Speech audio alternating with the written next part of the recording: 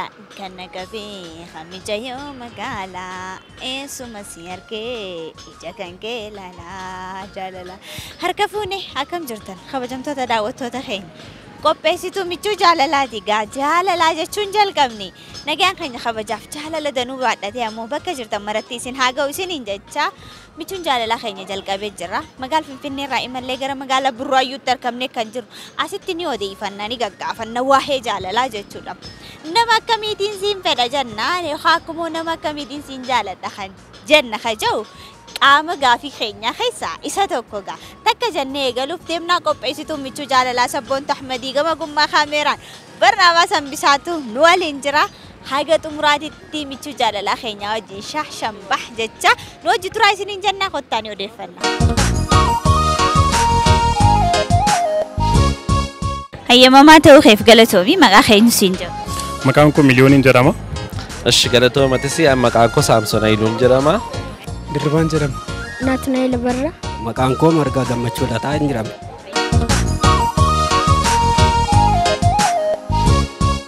Miliyoon mee gaafiin kun gaafii jaalalaa wal qabatudha sagantaa michuu jaalalaati waan ta'eef siin fedhaa fi siin jaaladhaan waladdummaan isaa maali tokkummaan isaa immoo maali? Siin fedhaa fi siin jaaladhaan tokkummaan isaa lachuu jaalala ibsa. Waladdummaan isaa immoo siin fedhaan yeroodhaaf namni namatti gargaaramuudhaaf yeroodhaaf bu'aadhaaf waan namatti hirkatamu bu'aadhaaf namarraati waa tokko nan gargaarama jedhaniitu namatti hirkachuudhaaf waan ta'udha. Jaalalli garuu kan hundee qabeessa kan xumura kan hin qabne jalqaba isaa malee xumura isaa kan hin beekne eessatti akka inni xumuramu kan hin beeknee fi yeroo hundaa kan jiraatu ho'aatii kan jiraatu kan hin diilalloofne kan hin banne xumuri isaa kan hin beekamnedha jechuun waladdummaan isaa kanaadha. Siin fedhaatu jaalala keessa jira moo jaalalatu siin fedhaa keessa jirame? Jaalala keessa homtuu hin jiru jaalaluuf danda'aadha. Siin fedhaan garuu jaalala keessa jira. Fakkeenyaaf jaalala fakkeessee siin fedhaadha namni tokko. Nama sanaaf jaalala fakkaachuu danda'a. Siin fedhaan sun qabeenya nama sanaa ta'uu danda'a, bifa nama sanaa ta'uu danda'a, yeroo nama sanaa ta'uu danda'a, bu'aa nama sanarraa barbaade tokkoof namni nama fedhuu danda'a. Garuu jaalala akkana miti. Kanaaf siin fedhaatu jaalala keessa jira malee jaalalli siin fedhaa keessa hin jiraatu jechuudha. Kun yaada dhuunfaa kooti. Saamsoonii namni yeroo baay'ee siin fedhaa waliin jaha yookaan immoo siin jaaladhaa waliin jaha. Siin fedhaa jechuun maal jechuudha? Siin jaaladha jechuun maal jechuudha? Kun gama baay'eetti hiruu dandeessa. Keessaa garuu siin fedha gaafa jedhanii akkas ta'e namni walitti dhufeenya tokko kan qabu an siin fedha si wajjin haasa'u yookiis immoo yaadolii tokko tokko si wajjin jijjiiru yaada waliin nagadaa ta'u yaada barnootaa ta'u yaadota tokko tokkoon si wajjin wanta sana mari'achuuf yookiin si fedheetan si wajjin haasa'uu nan barbaada. Siin jaaladha jechuun garuu jaalala gosa baay'ee of keessaatii qaba.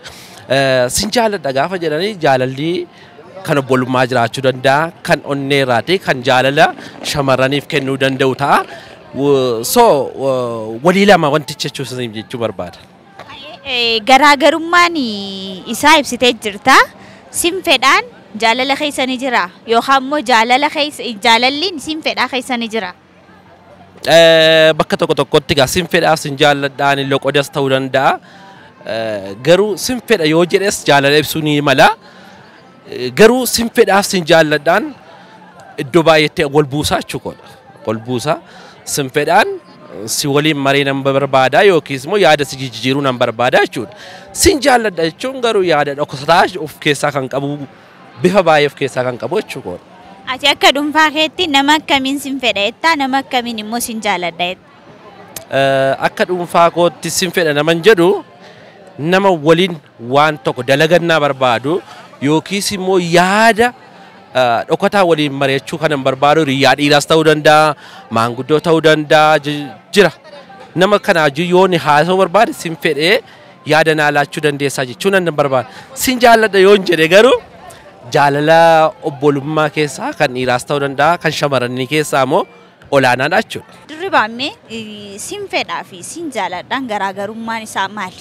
Nama akkamiitiin siin fedha jennaa nama akkamiitiin ammoo siin jaaladha jenna? Siin fedhaan akka yaada kootiitti yeroomaaf namni akkuma fedha foonii wayitiif yookaan waan tokko bu'aa irraa argachuudhaaf faayidaa irraa argachuudhaaf waan fedhu wayinatti fakkaata akka hiika kootiitti jechuudha. Sin jaalladhaan garuu jaalalli hiikoo qaba. Jaalalli gosa garaa garaan illee jira, kan hiriyyummaan illee jira, hiriyyummaan kan walitti siqxuun jira, jaalala namni durbaaf dhiiraan immoo gaa'elaan wal jaallatu illee jira. Akka kanattiin ilaala hiikoo isaa. Ayyee ati akka dhuunfaa keetiitti jaalalatu fedha keessa jira moo fedhatu jaalala keessa jira jettee yaadda? Fedhatu jaalala keessa jira. Fedhatu jaalala keessa jira. Galatoomii barataadha? Meeqa qabata? Shanaffaa. Gosa barnoota barattu keessaa kam jaalatta? Herreega. Mee Naatinaayil jaalala jechuun maal jechuudha? Akka inni yaadutti immoo jaalala jechuun wanta dhala namaa keessatti baay'ee murteessaa fi murteessaa waan ta'edha.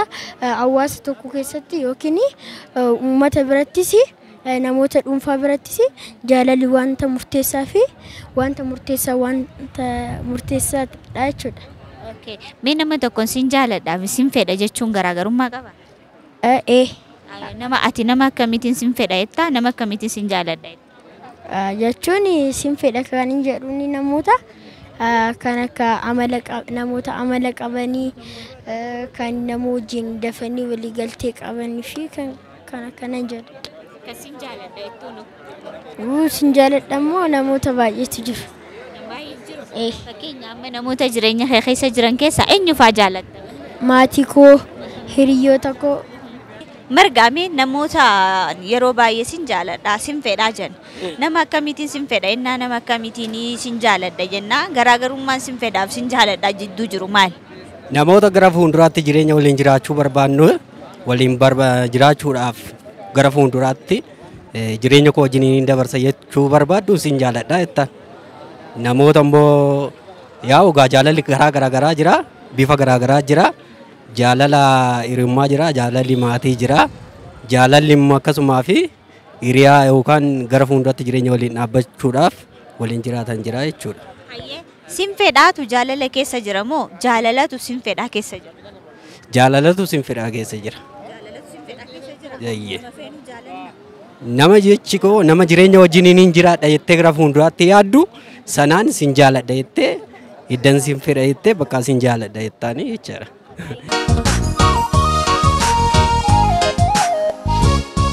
Hiriyyummaan yookaan ammoo jaalalli gosa hedduu qaba. Kan maatii, kan obboleessaa, kan biyyaa, kan jaalallee, kan haadhaaf abbaallee jira. Kana keessaati jaalala hiriyyummaa jechuun maal jechuume?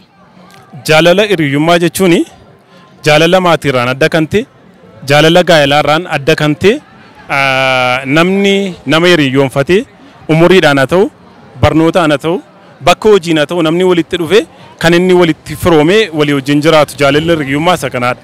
Akkasitti hubadhaan.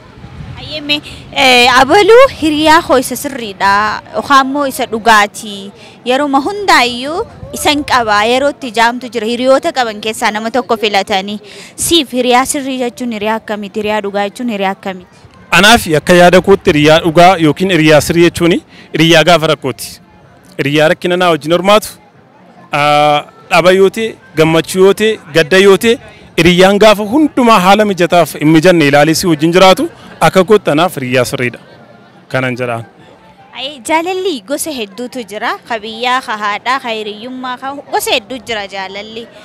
Jaalaloota kana keessaati jaalala hiriyyummaa jechuun maal jechuume?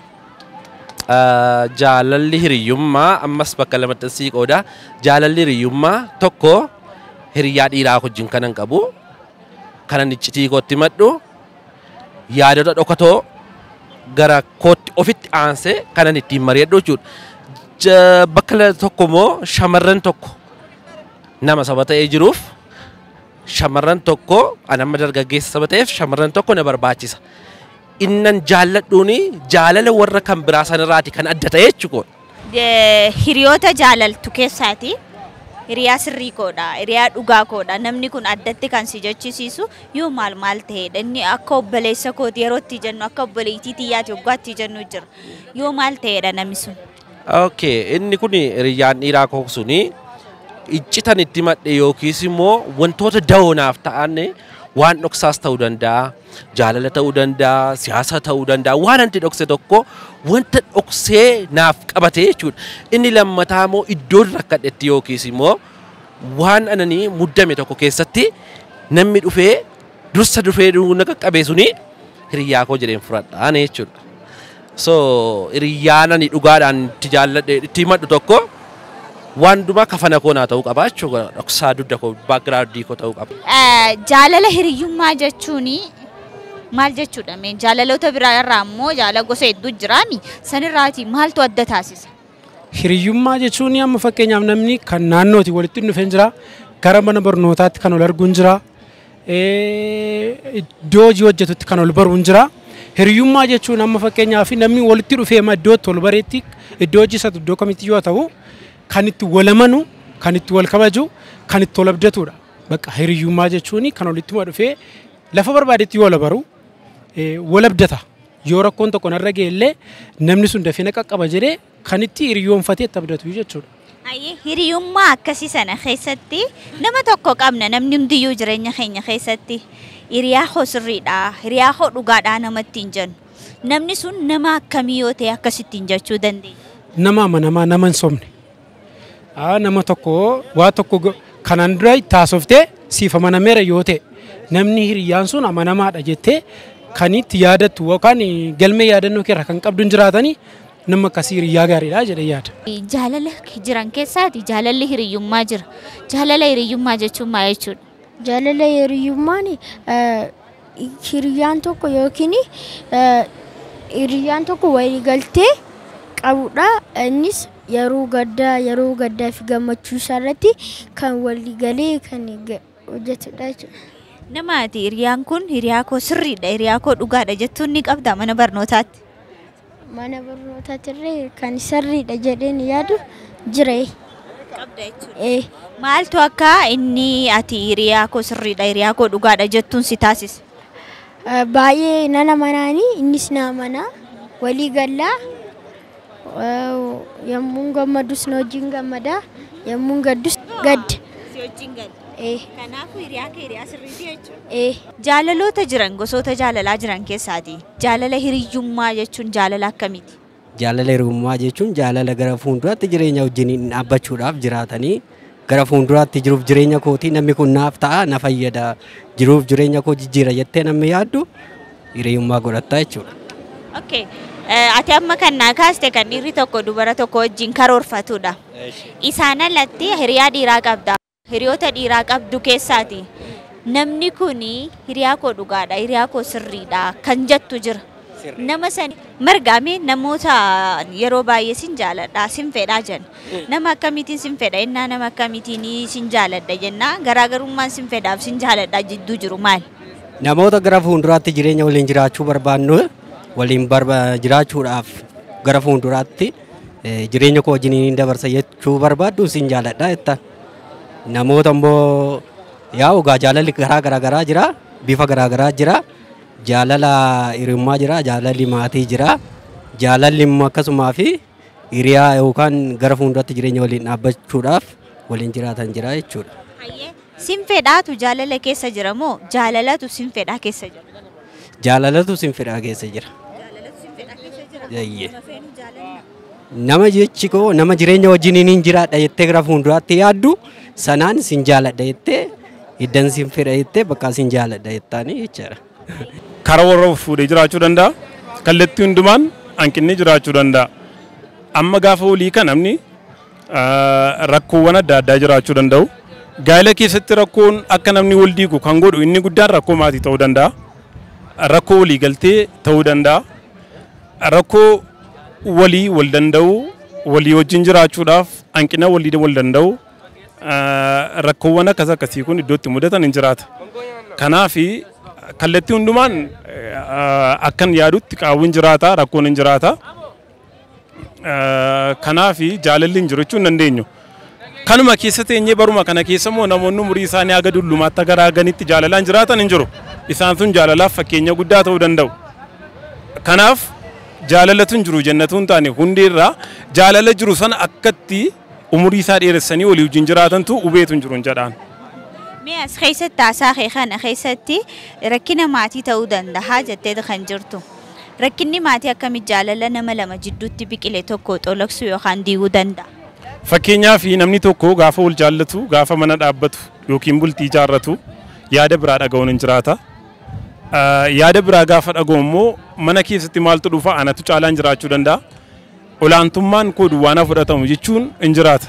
Dhiibbaa qaama biraatiin jechuudha. Yookiin dhiibbaa maatiitiin.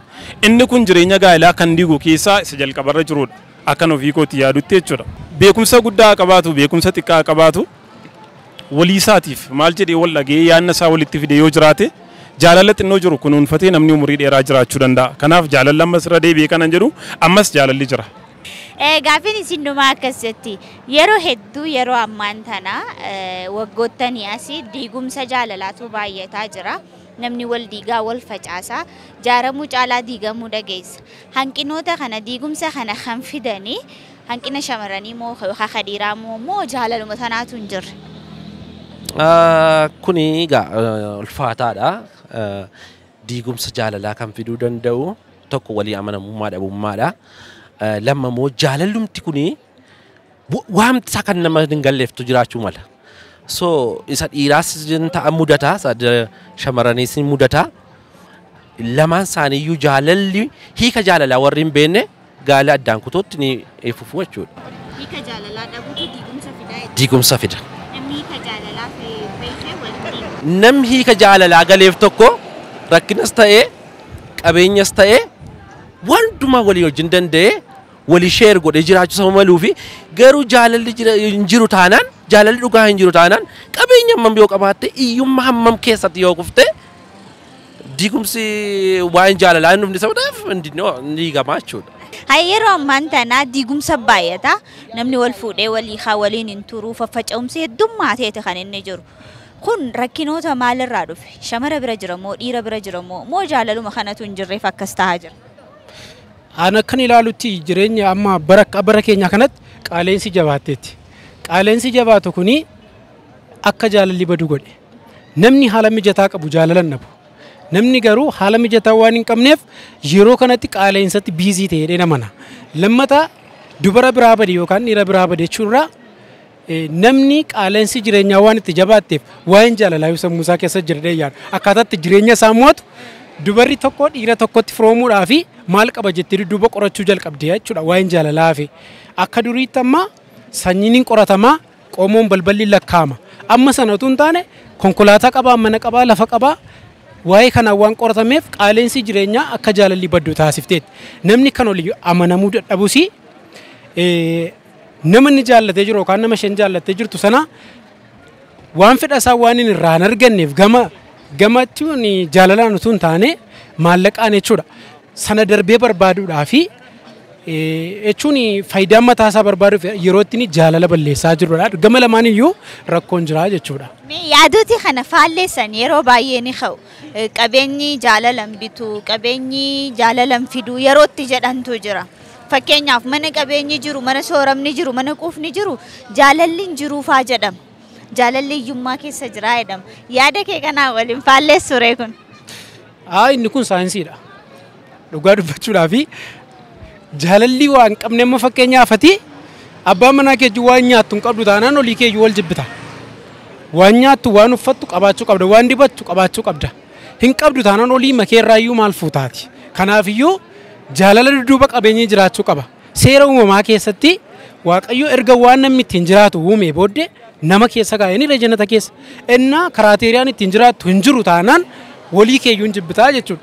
Kanaafuu dirqama jireenya namaaf lubbuu namaaf bishaan nyaata akkuma barbaachisu uffatnis mannis barbaachisaadha jechuudha. Kanaaf namni kana karaateeriyaa kana hin qabu taanaan jaalalli jira dhee hin amanu waan. Maaliif jalqaba uumamarraa kaasee Waaqayyo erga waan hundumaa uumee lafa kaa'ee booda nama kaa'ee ni ree. Ergasii booda nama sanaaf immoo gaa'ela fide. Kanaafiyyuu karaateeriyaan barbaachisu hin jira jechuudha. Karaateeriyaan sun hin jiru taanaan namni iyyuu waliin jaallatu silumayyuu ofiisaa iyyuu jibbee yeroo jireenyi tammaatu of ajjeesaa jira bari namni. sa'aatiitti barreeffamallee barreessee an jireenyi natti hammaata jedhee of ajjeesaa jirudha namni kun qaala'insa jireenyaati. Kanaafiyyuu dudduuba jaalalaa qarshiin hin jiru taanaan gatiin qabu. Keenya michuun jaalala keenya guyyaa irraa kana fakkaata ture. Egaa gaafiileen keenya akkuma daawwachaa turtanidha. Namu akka yaada mataa isaatitti waan isatti fakkaatee fi akka ifi isaatii hubatetti yaada kennaati kan inni ture. Isinis wal gaafachaa yaada immoo waliif kennaa akka turtan abdii guutuu qabna. Yaada jajjabinaa fi qeeqa sagantaa keenyarra yoo qabaattani sanduuqa yaadaa keessa nuuf kaayaa isiniin jenna. Michuun jaalala guyyaa irraa asirratti xumurameeti kan jiru biyyaa biyyeen teenya nagaasaa Oromiyaan haala listu horaa bulaa.